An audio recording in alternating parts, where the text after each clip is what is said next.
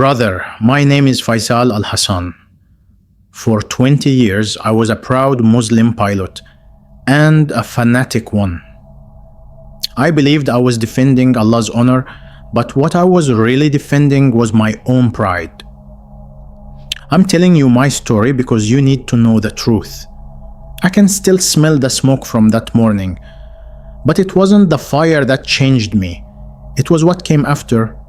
It happened in 2024 at King Abdulaziz International Airport in Jeddah, Saudi Arabia. 4 of us pilots, filled with anger and self-righteousness, decided to make a statement. We were burning Bibles in an old oil drum behind the maintenance yard. Then a woman named Maria Gomez, the 60-year-old cleaning worker, stepped forward. I saw her small frame, her trembling hands, but her eyes carried no fear, only compassion. I mocked her faith. I mocked her God. And then I dared him to stop me. I threw the last Bible into the fire.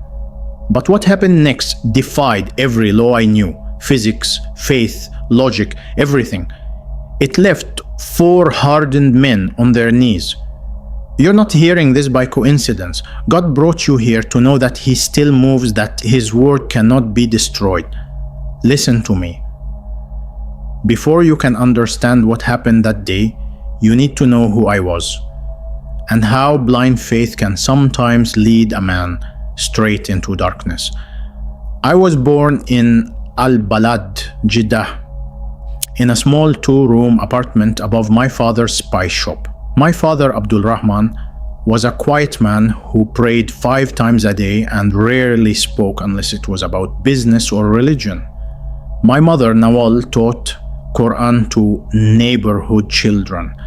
From the time I could walk, I was told that to be a true Muslim was to defend the honor of Allah with my words, my actions, and, if necessary, my life. We were not poor, but every real we earned went into paying for my religious education.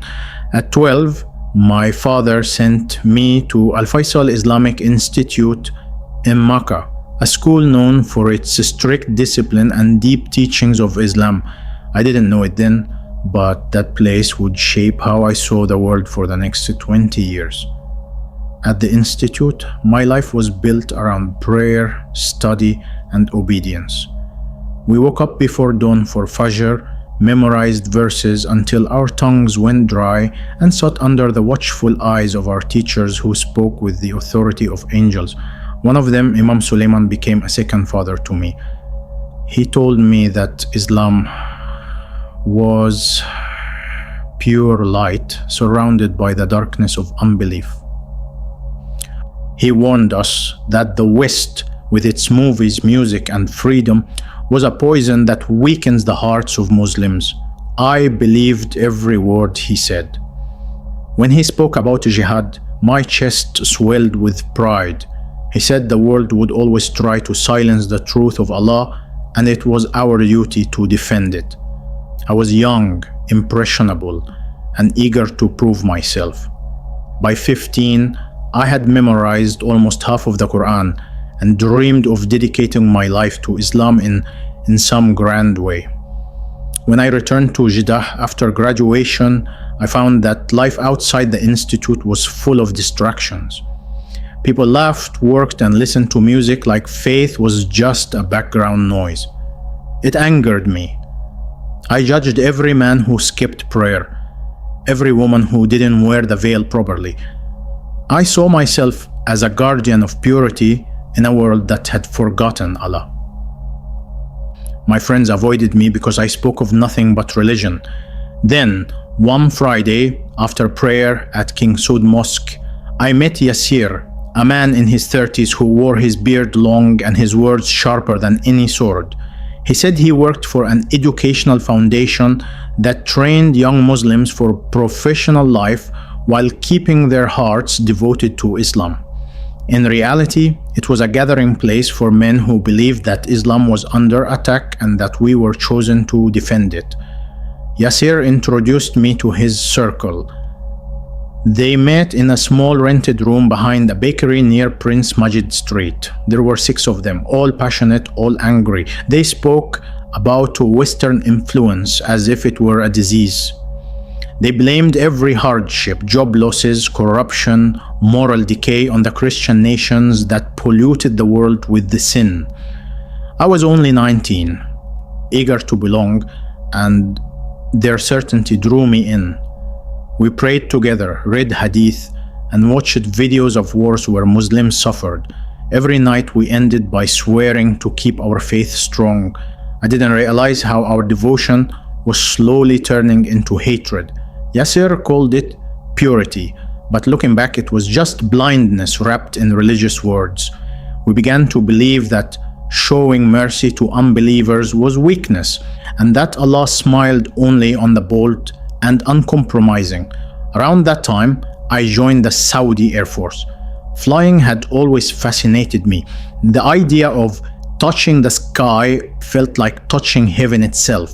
My father opposed it at first. He said, a pilot serves the world, not faith. But I convinced him that serving the kingdom was serving Islam. Training in Riyadh was intense, but I excelled. I was disciplined, sharp, and fearless. I prayed before every flight and whispered Bismillah as the engines roared to life.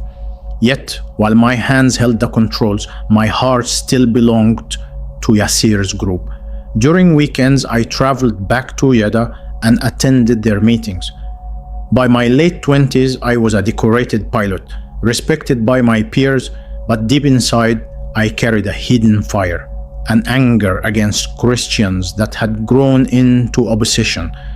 I saw their crosses in hotels, their Bibles at the airport, and each one felt like an insult to Allah. When I turned 30, I began to lead discussions at our gatherings. Yasser had left the country, and the younger men looked to me for guidance. I had a pilot's confidence and a preacher's conviction. I quoted the Quran, I spoke of defending Islam, and I believed I was doing Allah's work. I wasn't a violent man by nature, but words can be just as dangerous as weapons. My message was clear. Islam must not bow to the unbelievers. I warned that the Christians spreading their gospel in our country were defiling sacred ground. Some of my fellow pilots nodded, their eyes burning with the same anger that once lived in mine. We began calling ourselves guardians of the word, a name that made us feel like soldiers, even though we wore flight uniforms, not armor. I felt powerful, righteous, and utterly certain that Allah approved. The more we gathered, the more our hearts hardened.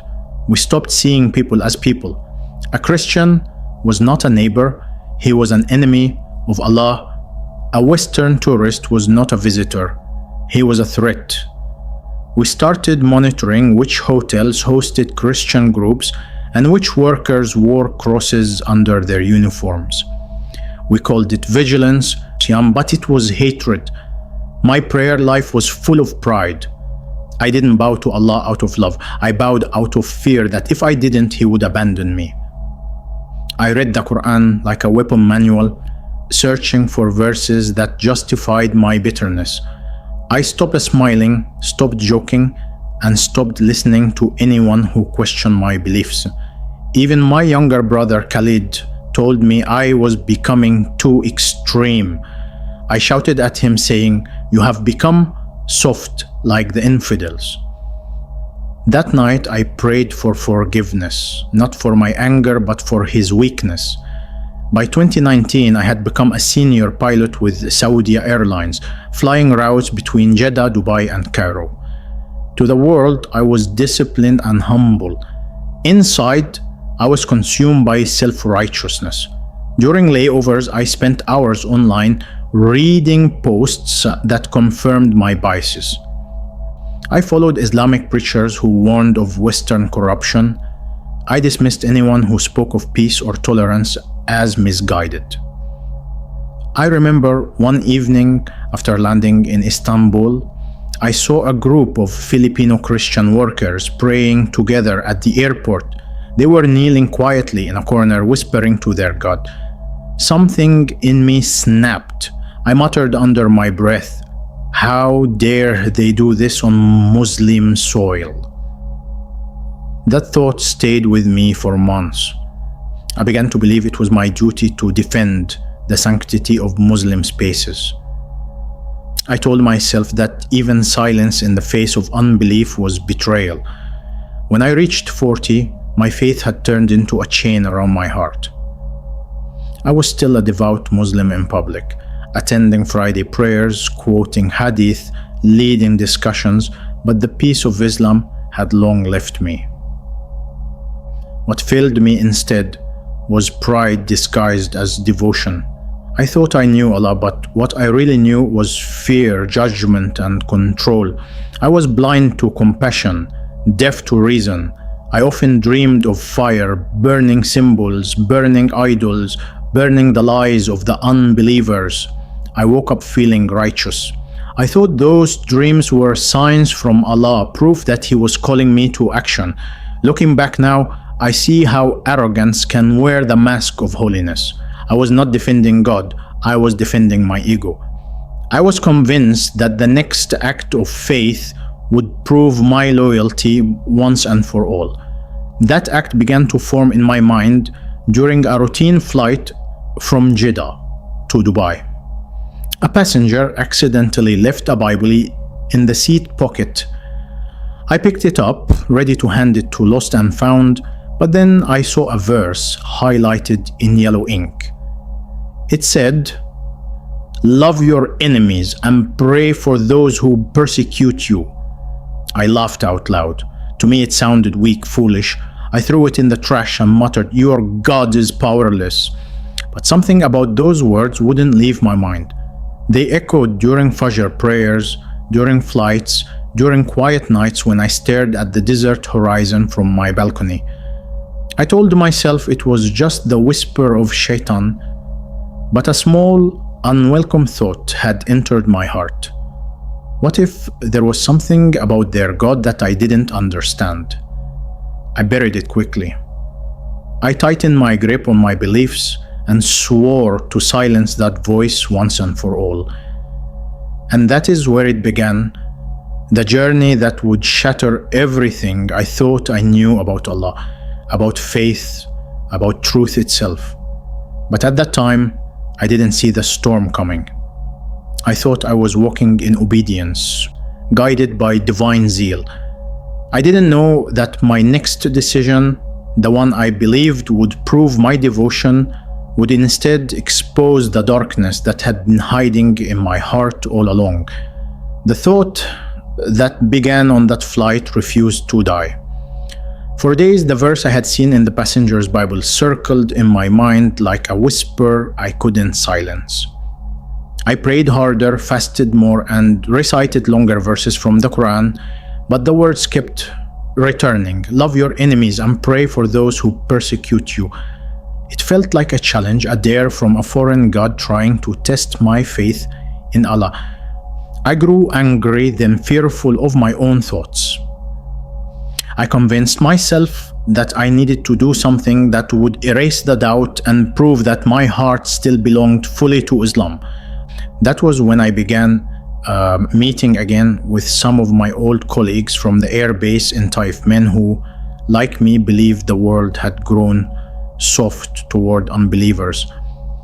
One of them was Captain Omar Al-Rashid, a tall man with a trimmed beard and the sharp confidence of a fighter pilot.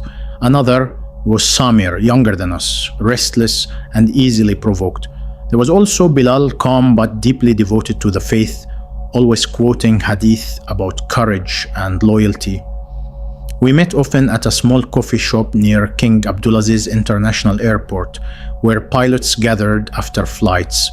We sat apart from others, speaking in low voices about the decay of morality, the arrogance of Western travelers, and how Christian workers were becoming bolder in public.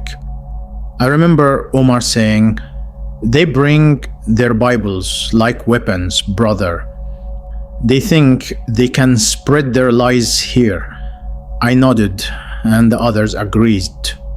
That conversation lit a spark that none of us would be able to control.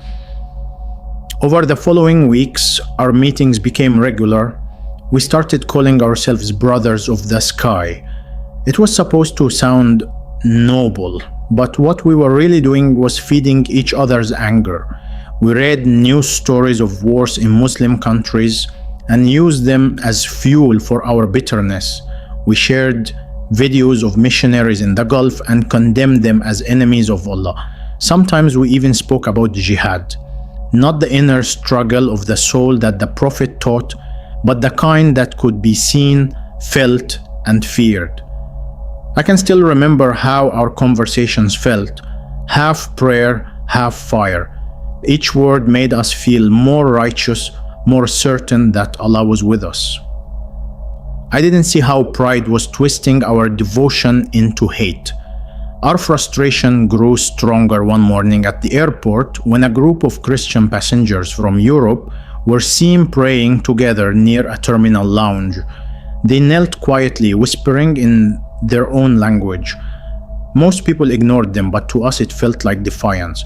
I remember Bilal saying, "This is Dar al-Islam, the land of Muslims. They have no right to bring their idols here." The others murmured in agreement.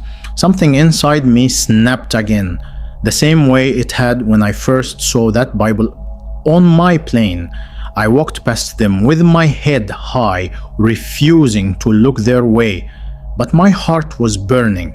That night I told Omar, "We are sleeping while they mock Allah in our own airports." He replied, "Then maybe it's a time someone reminded them whose land this is."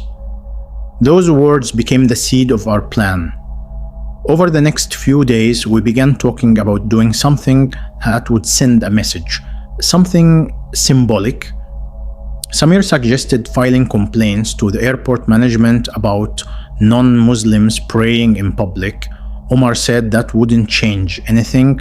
Bilal said they carry their false books with them everywhere. They treat them like holy things. What if we showed them that their book has no power here? At first, I thought he was joking, but when I saw his face, I knew he meant it. Samir laughed nervously and said, "You mean burn them?" Bilal nodded slowly, his eyes locked on mine. My stomach twisted, but I didn't look away. It felt like we were standing at a doorway we were afraid to enter, yet we all wanted to see what lay beyond. We didn't decide that night, but the idea followed us home. Every time I saw a Bible in a passenger's bag or heard the word Jesus on television, I felt a sting of anger. I told myself that Allah was testing me, that He wanted to see whether I had the courage to act. I spent nights in my apartment reading verses about faith and loyalty.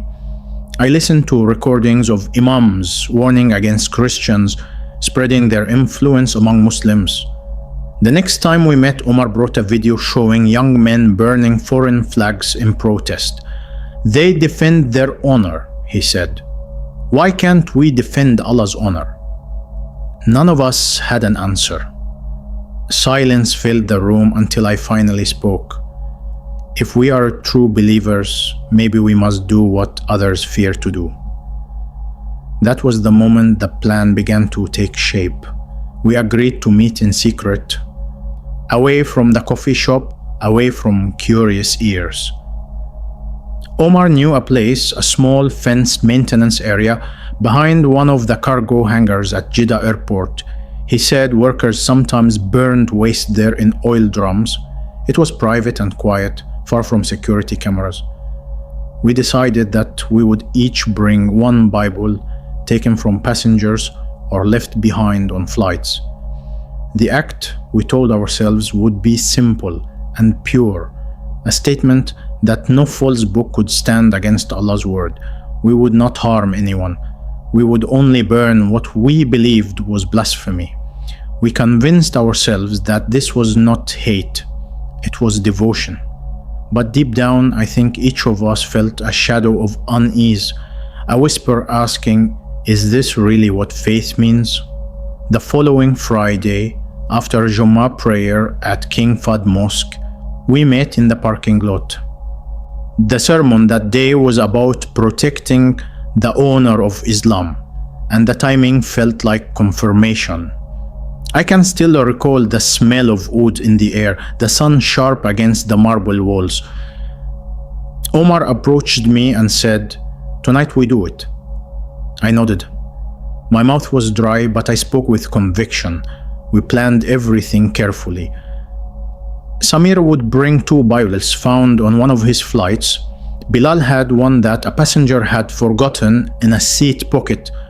Omar had taken one from a cargo box marked religious materials. I said I would bring the last one, the same Bible I had thrown away weeks earlier, but later retrieved from the lost and found bin. I told myself Allah wanted me to use it as proof of His power. As the day went on, I began to feel a strange mixture of excitement and fear.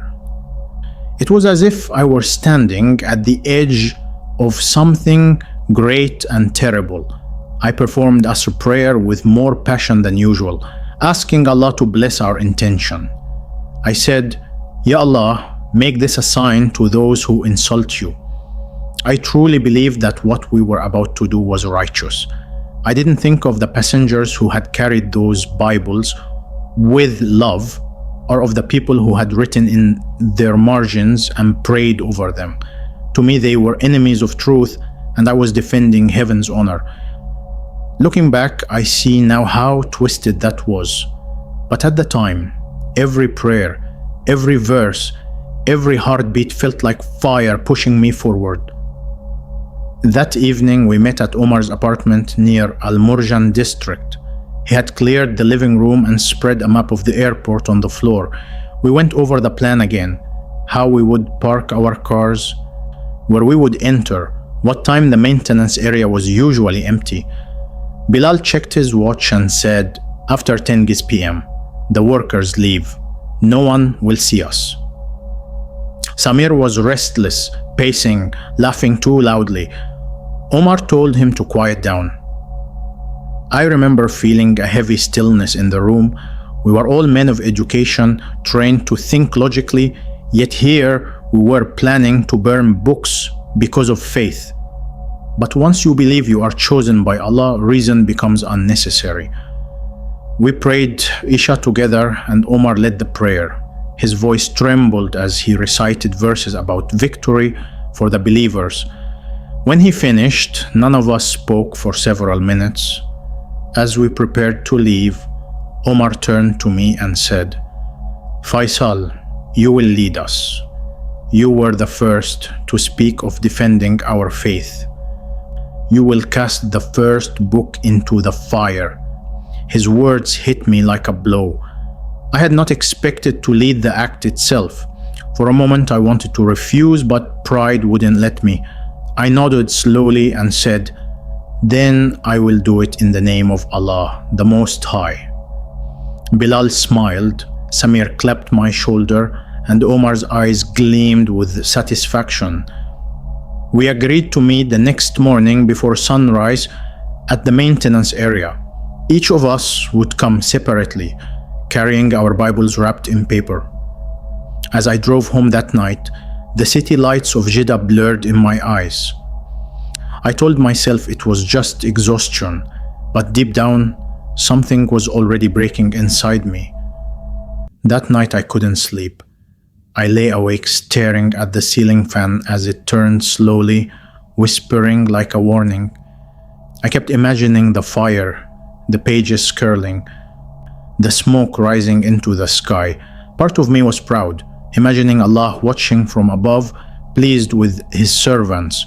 Another part felt fear, a quiet, unexplainable fear that maybe this act was not devotion but defiance. I got up and performed wudu, washing my hands, face and feet carefully, then knelt to pray. "Forgive me if I misunderstand you, Ya Allah," I whispered. But even as I said those words, I knew I wouldn't stop. My pride wouldn't let me. I believed I was fighting for faith itself. And as dawn approached, I packed my pilot's jacket, wrapped the Bible in brown paper, and prepared to step into a fire that would change everything I believed forever. The morning we had planned finally came. I woke before dawn to the sound of the call to prayer echoing across Jeddah's Al-Safa district. The sky was still dark, painted with a faint silver line where the sun waited to rise. I washed carefully, performed my Fajr prayer, and dressed in my pilot's uniform.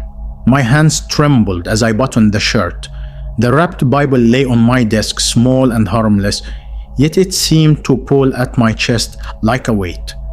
I picked it up and whispered, "Today, I will prove my loyalty to you, Ya Allah." My reflection in the mirror looked calm, but inside I felt a storm. I left the apartment quietly, locking the door behind me, and drove towards King Abdulaziz International Airport with my heart pounding like an engine ready for takeoff. Jeddah was waking up as I drove along Prince Majid Road, the streets filling with taxis and workers heading to their morning shifts. The air was thick with the smell of sea salt from the Red Sea. I tried to clear my mind by reciting verses from the Quran, but my voice shook. I parked in the employee lot just past Terminal 1 where Omar had told us to meet. It was 9:40 a.m. when I checked my watch. The sun was already rising fast, spreading golden light across the airport's glass walls. Within minutes, I saw Omar's white sedan pull up beside mine. Bilal arrived shortly after, his face serious and focused. Samir was the last, his eyes red from lack of sleep. None of us spoke much. We all knew what we had come to do. We walked through the restricted access gate near the maintenance area. Omar had arranged the passes, temporary clearances used by engineers and cleaning staff. The area was quiet, hidden behind tall fences and half-forgotten cargo containers. I could hear the distant roar of jet engines preparing for departure, a reminder that the world around us continued normally while we carried the weight of something irreversible. Near the corner stood a rusted oil drum, blackened from years of burning waste. The smell of metal and ash lingered in the morning air. Omar poured a little fuel from a can he had brought, and the thick chemical scent rose immediately. Bilal looked at me and asked softly, "Are you ready, brother?" I nodded, though my mouth was dry and my throat ached. Each of us unwrapped our packages. 4 Bibles lay in our hands, different covers, different languages, but to us they represented the same thing. I stared at mine, the one from the lost and found. It was plain, with worn corners and a cracked spine. Someone had once read this book with love. I ignored the thought and said quietly, "Let's begin." Omar struck a match, and the flame flickered weakly before catching the fuel. A small fire grew inside the drum, orange and alive. The 4 of us stood around it, the heat brushing our faces. Samir grinned nervously and muttered, "This is it." Bilal closed his eyes and whispered verses about victory and purification. I felt my heartbeat climb higher, like the rhythm of a plane climbing through clouds. I raised the Bible slightly and said, "Bismillah, may falsehood burn before truth." Just as I stepped forward, a voice called out from behind the fence, "Excuse me, what are you doing there?" The words were in English, soft but firm. I turned and saw a woman walking toward us. She wore a maintenance uniform, with the airport's logo stitched on the chest. Her skin was dark, her hair covered with a blue scarf, and her ID badge swung from her neck. She looked to be in her late 50s. When she came closer, I could read her name, Maria Gomez. She was one of the Filipino cleaning staff who worked in the maintenance division. I had seen her kind before, Quiet, hard-working, always polite. She stopped a few steps away, glancing between us and the fire. "Please, sir," she said again, "what are you burning?" Her tone wasn't angry, only worried, as if she already knew the answer. Omar stepped forward first. "This is not your concern," he said sharply. "Go back to your work." But she didn't move. Her eyes fell on the books in our hands and her face changed. She covered her mouth with one hand and whispered, "Those are Bibles." Her voice trembled and I saw tears form in her eyes. "Please," she said softly, "don't do this. Those are holy books." I felt something tighten inside me, but pride forced me to stand taller. "You call them holy," I said coldly, "but they are full of lies. Allah is one, not three. Your people come to our country and spread falsehood. Today, we cleanse this ground." Maria took a small step closer, her hands trembling. "Sir," she said, "you don't have to do this. God does not need you to protect him. He can defend himself." Her words cut through me more than I expected. I wanted to tell her to stop, but Omar barked, "Go, woman, before you regret it." She didn't flinch. Instead, she looked at me again, directly into my eyes. "Sir," she said quietly, "you have peace in your heart once, didn't you? Before anger took it away." I froze. How could she see that? Bilal growled, "Enough. We are not here to listen to unbelievers." He threw his Bible into the drum. The flames leaped higher instantly, licking the air. The burning pages crackled, curling into black ash. Maria gasped and whispered something under her breath. A prayer, maybe. I couldn't understand her words, but I recognized the tone. It was the same tone my mother used when she prayed for me. It filled the air like a plea rising into the heavens. Samir stepped forward next. "Let her pray," he said mockingly. "Let her see that her prayers can't stop fire." He threw his Bible in and sparks flew upward. The smoke rose thick, dark, and bitter. The wind picked up slightly, pushing the heat against our faces. Omar watched with satisfaction, his lips moving silently. I gripped my Bible tighter, feeling its rough cover press against my palm. Maria was crying openly now. "You are men of the sky," she said through tears. "You see the beauty of God every day above the clouds. How can you not believe He is love?" Her words made my chest ache, but I shoved the feeling down. "Stop talking," I said harshly. "Your words are nothing." She shook her head. "No, sir," she whispered. "They are everything." Bilal pointed at me and said, "Faisal, it's your turn. Finish this." I looked at the fire, at the books already burning inside. The heat shimmered before my eyes. The smell of paper and smoke filled my lungs. I could feel Maria's gaze still fixed on me. My hands shook slightly as I lifted the Bible. For a moment, everything went quiet. The roar of jets, the hum of machinery, even the wind seemed to pause. I looked at Maria, then at the sky. I whispered under my breath, "If there is power in this book, let it stop me now." She heard me and said softly, "He can." That simple answer enraged me. I raised my voice and shouted, "Then let your God show himself. Let him stop me if he exists." My words echoed against the metal walls around us. Omar laughed.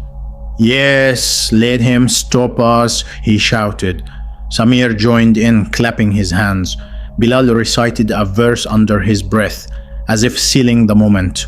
The fire hissed louder, hungry for more. I stared at the flames, feeling the heat sting my skin. My heartbeat thundered in my ears. I wanted to feel victory, to feel righteous, to silence every doubt that had haunted me. I raised the Bible higher, its pages fluttering slightly in the hot air. Maria fell to her knees, clasping her hands together, praying aloud now in a mix of English and Tagalog. "Lord Jesus," she cried, "show them you are real. Have mercy on them." Her words made my chest tighten again, but I refused to listen. I gritted my teeth, swallowed my fear, and stepped closer to the fire. The flames danced, reflecting in my eyes. I could feel sweat running down my temples. The Bible felt heavier than it should have, almost alive in my hand. My voice cracked as I shouted, "Allahu Akbar! Today truth will stand and falsehood will burn." Maria sobbed, shaking her head. "You are blind, sir," she said, her voice breaking, "but He will open your eyes." For a split second I hesitated. My arm trembled. I could hear my own breathing, short and uneven. Omar called out, "Do it, brother. Don't let weakness touch you now." Bilal added, "Prove your devotion." Their voices drowned the small whisper in my heart, the one that told me to stop. I clenched my fist tighter, feeling the leather cover creak under pressure. I looked at Maria one last time. Her face was streaked with tears, but her eyes shone with something I didn't understand. Pity, not fear.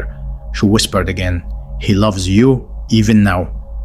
The words hit me like a wave, but pride kept me standing. I turned toward the fire, lifted the Bible over my head, and shouted, "Let your God defend His word if He can." Then, with every ounce of anger, pride, and conviction left in me, I hurled it into the flames. The book spun once in the air, the sunlight catching its pages, and then it fell into the fire with a hiss. The flames roared higher, swallowing it completely. Maria gasped, covering her face. The others cheered, raising their hands in triumph.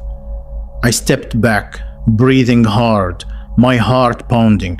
I thought the act would make me feel powerful. But instead, for the first time, I felt only emptiness. The moment the Bible hit the flames, I expected nothing but smoke and ash. The heat rose fast, wrapping us in a wave of fire and fuel. Pages curled instantly, blackening at the edges. The air smelled of burning leather and ink. Omar shouted, "Allahu Akbar," and the others echoed him. For a heartbeat, I felt triumphant, certain that I had done something holy. But then the air shifted, the fire flickered violently, and a strange wind swept through the maintenance yard. It wasn't the soft kind that cools the skin. It was sharp, whirling, alive. The clouds above Jeddah, which had been pale and calm, began to gather with unnatural speed. I looked up and saw the sky darkening as if someone had drawn a veil across the sun. The other pilots went quiet. Even the roar of distant aircraft seemed to fade into silence. The wind howled suddenly, throwing sand and dust across the yard. The flames in the drum bent sideways, fighting against the gusts. Samir covered his face with his arm. "A storm!" he shouted. Omar frowned. "It's too sudden." I felt my heart beating faster. The air had grown heavy, thick enough to taste. Maria, the cleaning woman, was still on her knees a few steps away, praying loudly in her own language. Her voice rose above the wind like music I didn't understand, but couldn't ignore. I turned to tell her to stop, but the words caught in my throat. For a second, I thought I saw light around her, soft, white, almost glowing against the dark clouds gathering overhead. My skin prickled. I tried to shake it off as fear or imagination, but something deep inside whispered that what we were seeing wasn't natural. The wind died all at once, leaving a silence so deep it hurt my ears. The fire in the drum still burned, but its sound had changed. It crackled softly like paper underwater. I looked around.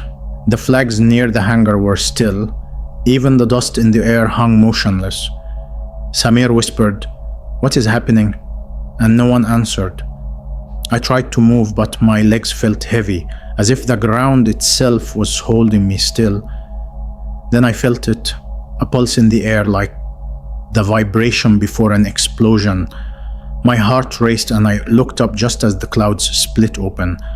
From the center of the sky, a beam of light poured downward, brighter than the sun, but it didn't hurt my eyes. It was pure, white, narrow, and focused directly on the oil drum. The light didn't make a sound when it came, yet everything in me seemed to shake. The moment it touched the drum, the fire vanished, gone, peace, as if it had never existed. No smoke, no ash in the air, only that light surrounding us. The ground trembled under my feet, and I heard a deep hum, not from the sky but from within my chest. Bilal cried out, falling to his knees. Omar grabbed my arm. "Faisal!" he shouted, but I couldn't answer. The light spread outward like water, bathing the entire area in brightness. It wasn't hot, but it pressed against me, pushing through my skin like warmth and weight mixed together. I felt every heartbeat echo inside my head. I tried to breathe, but the air seemed too thick to draw in. Then I heard a voice, not from a person, not from Maria, not even from the men beside me. It was inside me. The voice was calm, not loud, but every word carried power. "My word cannot be destroyed." It wasn't Arabic, yet I understood it. The sound filled my mind like thunder that whispered instead of roared. I wanted to cover my ears, but my body wouldn't move. I fell backward, my knees hitting the ground. Omar collapsed beside me and Samir dropped his Bible-wrapped hands into the mud. Bilal was already lying face down, trembling. Maria stood where she was, untouched, her eyes closed, her hands lifted. The light shone around her, reflecting off her tears.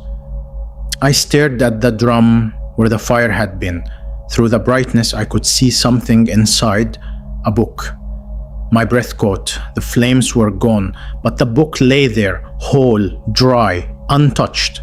It couldn't be. I had watched it burn. The light began to fade slowly, dimming like a sunrise in reverse. The clouds above stopped swirling, and the silence broke with a low rumble of thunder far away. Rain began to fall, gentle and cool, tapping against the metal walls. The water hit the ground around us but never touched the drum. The Bible inside remained dry, a single beam of sunlight now shining through the thinning clouds to rest upon it. My hands were shaking uncontrollably. Omar muttered, "Subhanallah, what is this?" Samir was pale, his eyes wide with terror. Bilal whispered Ayat al-Kursi under his breath, over and over, but his voice was weak, his confidence gone. I crawled toward the drum, each movement slow and uncertain, my knees sinking into wet sand. My heart felt like it would burst. I needed to see it up close, to touch it, to know if it was real, or if my mind had broken. When I reached the drum, I looked inside. The metal was blackened from heat, still warm to the touch, but the Bible lay in the center as though resting on invisible hands.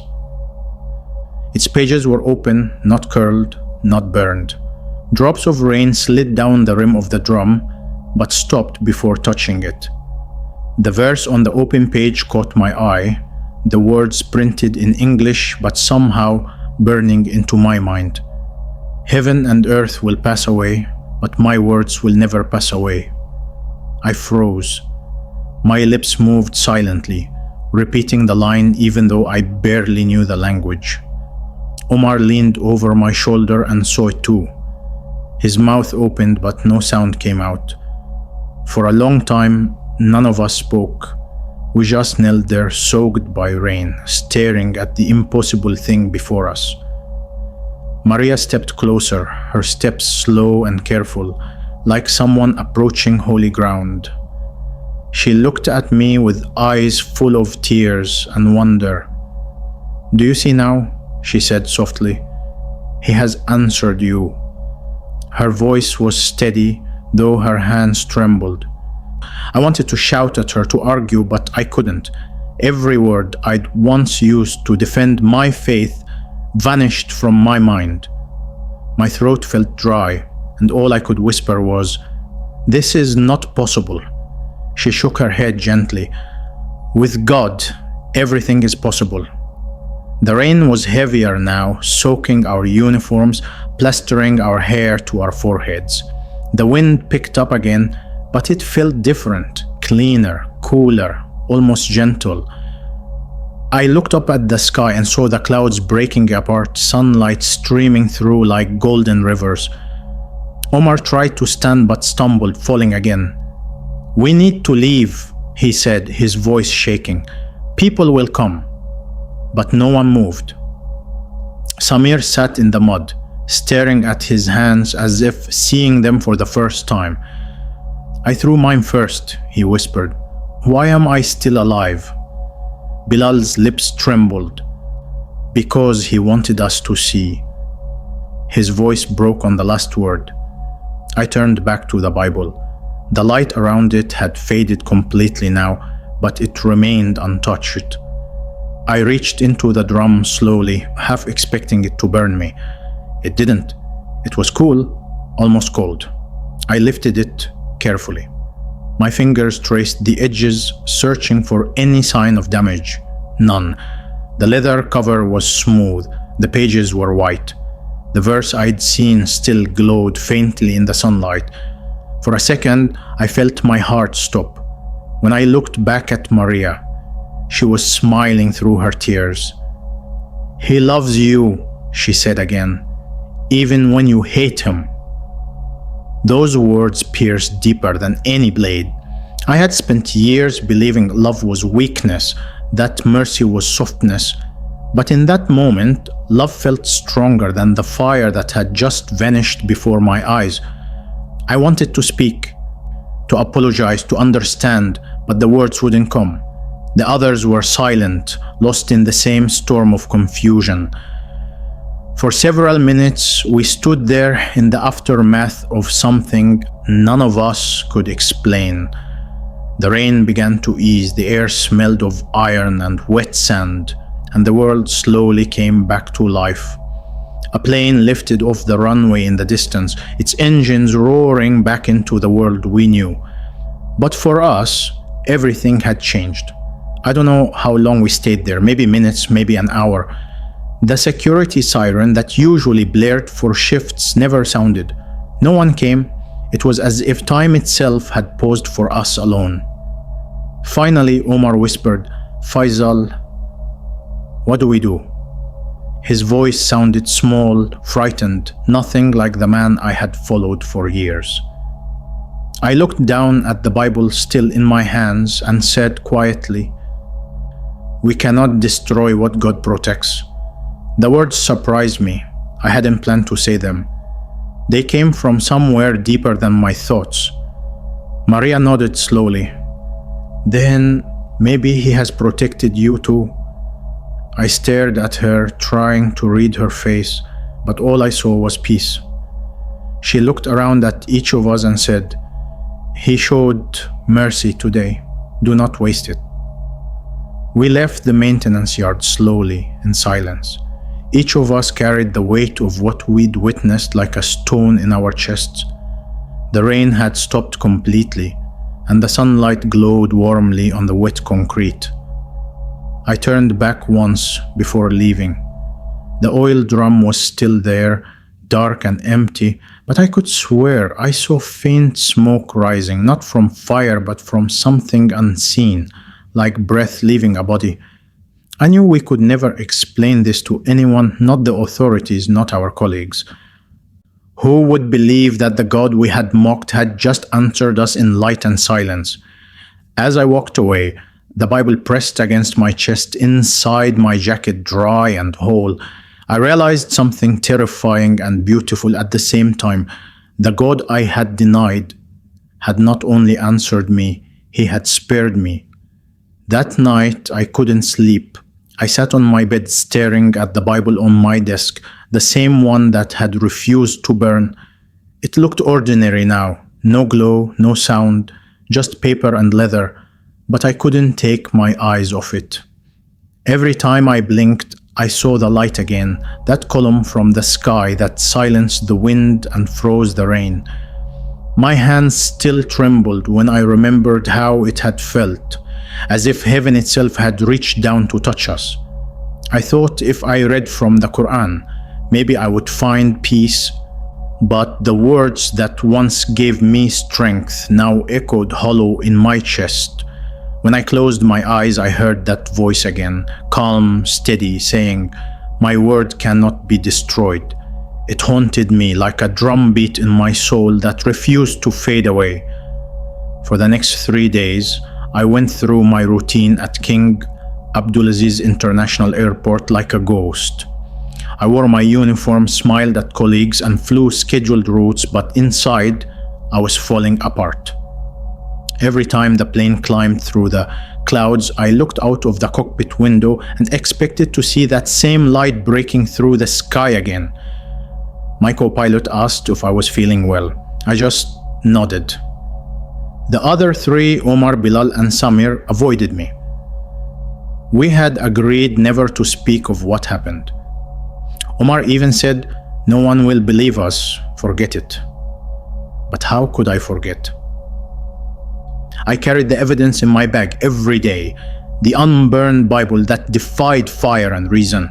It was a reminder that Allah, as I had understood Him, was not the only power in the heavens. At night, I dreamed of the fire again. Sometimes it burned bright until the light swallowed it. Other times, the flames turned into eyes staring at me. I would wake drenched in sweat, whispering verses from the Quran to chase away fear, but they no longer brought peace. On the third night, I finally opened the Bible. My hands shook as I turned the pages, afraid I might offend God by reading it. The first verse I saw was from the Gospel of John. "The light shines in the darkness, and the darkness has not overcome it." I froze. Those words cut through every layer of pride I had built. For years, I believed light belonged only to Islam. Yet here it was, written by people I had called enemies, declaring that light could shine even where hatred lived. I shut the book quickly, but I couldn't erase the words from my heart. The next morning, I drove to the airport early, hoping that work would distract me. But when I passed the maintenance area, I saw Maria again. She was sweeping near the hangar, the same calm expression on her face. I hesitated before walking toward her. She looked up as if she'd expected me. "You came back," she said softly. I didn't know what to say. For the first time in years, I felt small before another person. "Why are you not afraid of us?" I asked. She smiled faintly. "Because I know who my God is. He is love, not fear." Her words stung, not because they were cruel, but because they were true. I had followed Allah out of fear my entire life. Fear of punishment, fear of failure, fear of doubt. Maria spoke of love as if it were strength, not weakness. It confused me more than the miracle itself. I wanted to leave, but something held me there. "What happened that day?" I asked. "How do you explain it?" Maria leaned on her broom, looking at me carefully. "I don't need to explain it," she said. "You asked God to show Himself, and He did." I swallowed hard. "But I don't understand. Why would He answer me?" I mocked him. She nodded gently. "Because that's what grace means, sir. You didn't deserve it, but He gave it anyway." Her words hit me like a blow. I had spent years believing that everything from Allah had to be earned through prayer, fasting, and loyalty. The idea that God could love someone who hated Him shattered the foundation of my faith. I left without another word. But her voice followed me all the way to the car. He's waiting for you to speak to him again, not in anger, but in truth. That night, I couldn't resist reading more. The pages of the Bible seemed to call me, and I gave in. I started from the beginning of the book of Matthew. The story of Jesus felt strange at first, too gentle, too forgiving. But the more I read, the more I recognized something I had never seen before: authority without arrogance, power without violence. I came across a verse that said, "Blessed are the merciful, for they shall obtain mercy." I read it again and again until tears filled my eyes. I realized how far I had drifted from mercy. I thought of my brother Khalid, of the people I had condemned, of Maria kneeling in the rain praying for me instead of cursing me. I broke down and wept for the first time since childhood. Every tear felt like a confession. Every sob felt like chains breaking around my heart. The following week was a blur of silence and sleepless nights. My colleagues noticed the change in me. Omar avoided eye contact. Samir quit his job saying he needed time away. Bilal sent me a short message that read, "Pray for forgiveness, brother, before it's too late." But I didn't know how to pray anymore. The old words felt empty and the new ones felt foreign. So I did the only thing I knew. I opened the Bible again. I read about Saul, the man who persecuted Christians until a light from heaven blinded him. My chest tightened. The story felt like my own. I had spent my life fighting against people who carried peace, and now peace itself had found me in a place of fire. That night, I whispered something I never thought would leave my lips. "If you are real, Jesus, show me who you are." Nothing happened immediately. There was no light or thunder, no voice in the room. But I felt something I hadn't felt since childhood: stillness. It wasn't emptiness, it was peace. The kind that doesn't argue or shout, it just sits quietly and waits. I slept deeply that night, the first peaceful sleep in weeks. When I woke, I knew I couldn't live as before. I couldn't preach hatred anymore or pretend that faith meant anger. I carried the Bible in my bag everywhere I went, afraid someone might see it, but unable to let it go. During flights, I looked out of the cockpit window and saw the endless sky differently. The clouds no longer felt like walls between man and God. They felt like bridges. Every sunrise over the desert reminded me of that light in the storm, pure and undeserved. A few days later, I found Maria again during her lunch break. She was sitting alone near the staff cafeteria, reading her small Bible. When she saw me, she smiled. I sat down awkwardly across from her and said, "I've been reading your book." Her eyes brightened. "And what do you think?" she asked. I took a deep breath. "I think I've spent my life worshipping rules, not God." She nodded gently. "Then you are closer to him now than ever." I hesitated. "Maria, what if I've angered Allah? What if what happened was punishment?" She reached across the table and said softly, "God does not punish to destroy, He disciplines to heal." I lowered my head, unable to hold her gaze. "I don't know how to pray to him," I admitted. She smiled. "Then talk to him as you are talking to me now. He hears the broken-hearted first." That night, I sat in my room again, the Bible open before me. I stared at it for a long time, then knelt beside my bed. I had prayed thousands of times before, but never like this. "God," I said softly, "I don't know your name anymore. I called you Allah, but now I see you are more than I understood. If you are the same God who saved that book, the same God Maria calls Jesus, then forgive me. Forgive my pride, my hatred, my blindness. I couldn't stop crying. Every word felt heavy, yet freeing. In that moment, something inside me broke completely. The fanatic, the preacher, the defender of rules. I was no longer standing before a God I feared. I was kneeling before a God who loved me enough to answer, even when I mocked him.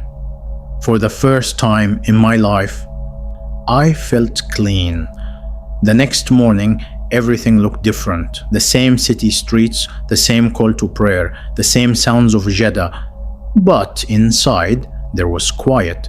I didn't stop being Muslim in my identity, but something deeper had changed. My heart no longer carried hate. I stopped attending the secret gatherings. I stopped preaching against others. I even called my brother Khalid to apologize for the things I'd said. He was silent for a long time, then simply said, "Welcome back, Faisal." At the airport, I saw Maria again from a distance. She didn't say a word, just placed her hand over her heart and smiled. I knew she understood. I wasn't ready to speak about what had happened yet. But I knew one thing. I had been given a second chance, not by fear, but by love. And that is how the fanatic in me began to die. Slowly, quietly, replaced by a faith I never knew existed. I no longer needed to prove Allah's greatness through anger. I had seen His greatness in mercy, in forgiveness, in a single Bible that refused to burn. I didn't yet know what the future would bring or how to tell my story, but I knew this. The same God who spoke light into that storm had also spoken peace into my soul. And from that day forward, every time I looked at the sky, I no longer saw clouds or emptiness. I saw a doorway, a reminder that heaven had once reached down for me. Weeks passed, but the peace inside me didn't fade. It was unlike anything I had ever known. Every morning, I woke before the call to prayer, not out of fear or obligation, but because I wanted to speak with God. I didn't follow a script anymore. I just talked to Him. Sometimes I thanked Him for another sunrise. Sometimes I simply sat in silence. The Bible still lay on my desk, open to the verse that had survived the fire. I read it every day before work. Heaven and earth will pass away, but my words will never pass away. Those words guided me like the runway lights on a foggy night. I didn't yet know what to do with the truth I had found, but I knew I could never return to who I was. The fanatic had died in that storm, and something new had taken his place. The others, however, were not at peace. Omar resigned from the airline a month later without saying goodbye. He sent me a message that read, "I cannot fly while my soul feels this heavy."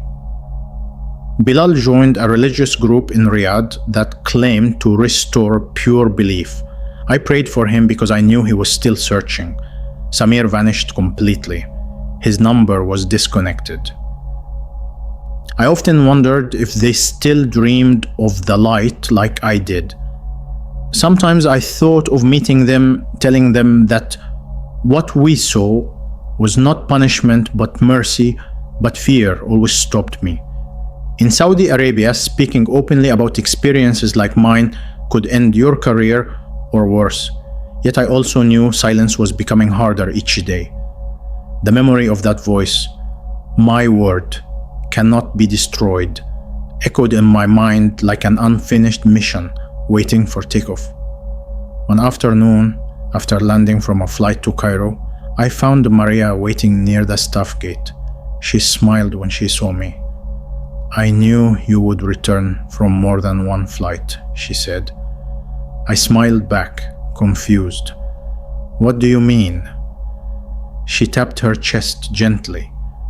"You flew here," she said, pointing to the ground, "but you also flew here," pointing to her heart. I laughed softly. "I don't know how to thank you," I said. "You already did," she replied. "You believed?" Then she asked, "What will you do now?" I hesitated. "I don't know," I said honestly. "I want people to know what we saw, but I don't want to put others in danger." She nodded. "Then tell it with humility, not anger. Tell it as light, not fire. People listen better to light." Her advice stayed with me long after that conversation ended. I began writing my story in secret, late at night after flights. I wrote every detail: the day we planned, the burning, the miracle, the storm, the light, and the mercy that followed. I didn't know who would ever read it, but writing felt like confession, like healing. It took months before I realized that maybe the story wasn't meant to stay hidden. God doesn't perform miracles to be buried in silence. One evening, I shared my experience anonymously online.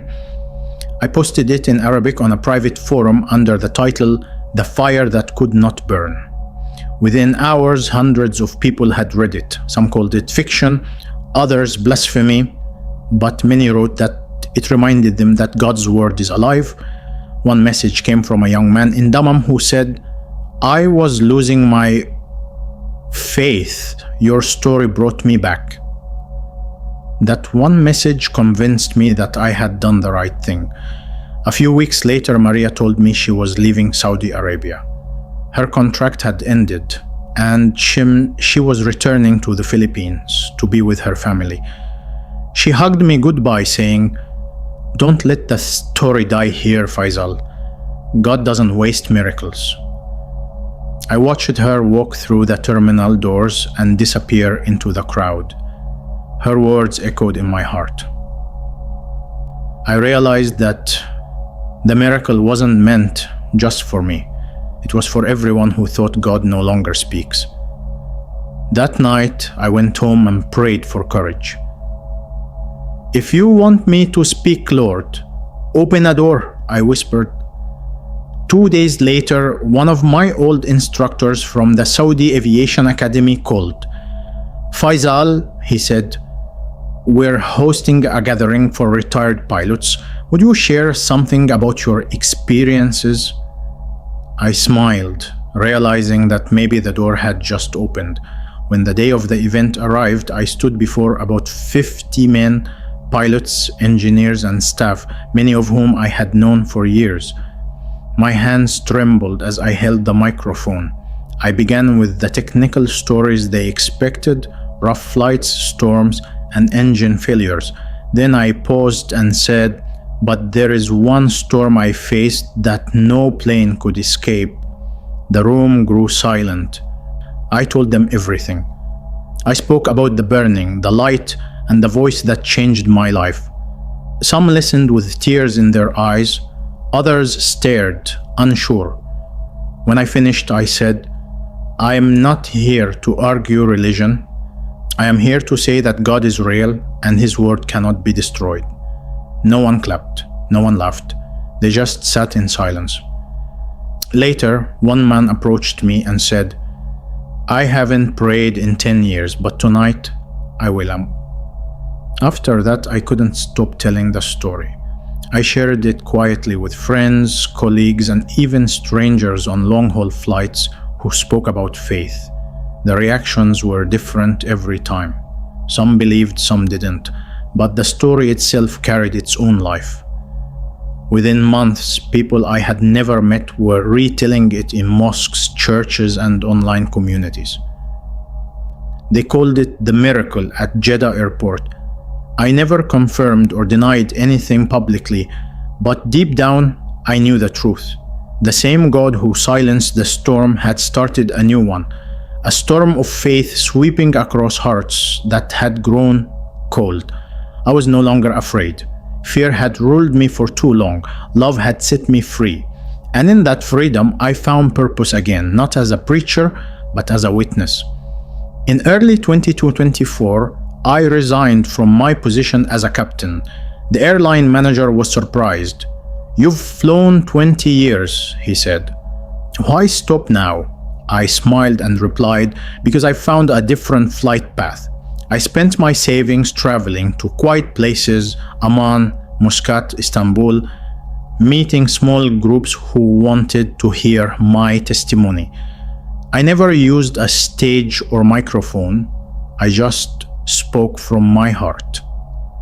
I always ended with the same words. Don't look for fire to prove God.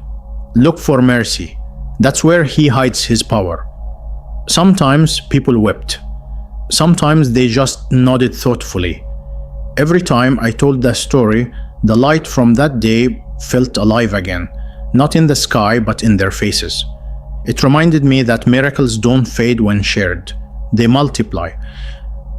By 2025, the story had spread far beyond what I could imagine. I began receiving letters through email and post. One came from a woman in Lebanon who wrote, "My husband was leaving his faith, but when we read your story, he began to pray again." Another from an engineer in Egypt said, "I am Muslim, but your words made me realize that faith without love is empty." Those messages became my reward. I didn't seek fame or money. I sought only to honor the God who spared me when I mocked Him. The irony wasn't lost on me. A man who once tried to destroy the Bible was now telling the world about its power. Each time I opened my mouth to speak, I felt the same trembling I had felt before that oil drum. But this time it wasn't fear, it was awe. Looking back, I see how every piece of my life led to that day in Jeddah. The zeal of my youth, the pride of my faith, the hatred I carried, they were all steps toward the moment when God would break me to rebuild me. Sometimes I wonder why He chose me. I was no saint, no scholar, just a pilot who thought he could judge heaven. Yet He answered me. I think of Maria often and her words, "He is waiting for you to speak to Him again, not in anger, but in truth." She was right. Truth doesn't need defending, it needs living. And the truth I now live is simple. God's love is stronger than any religion, any doctrine, any fire. He doesn't compete for power. He simply reveals it through grace.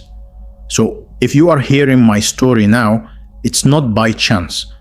Maybe you are where I once was, angry, doubtful, or afraid. Maybe you've been hurt by faith or by people who used God's name to justify cruelty.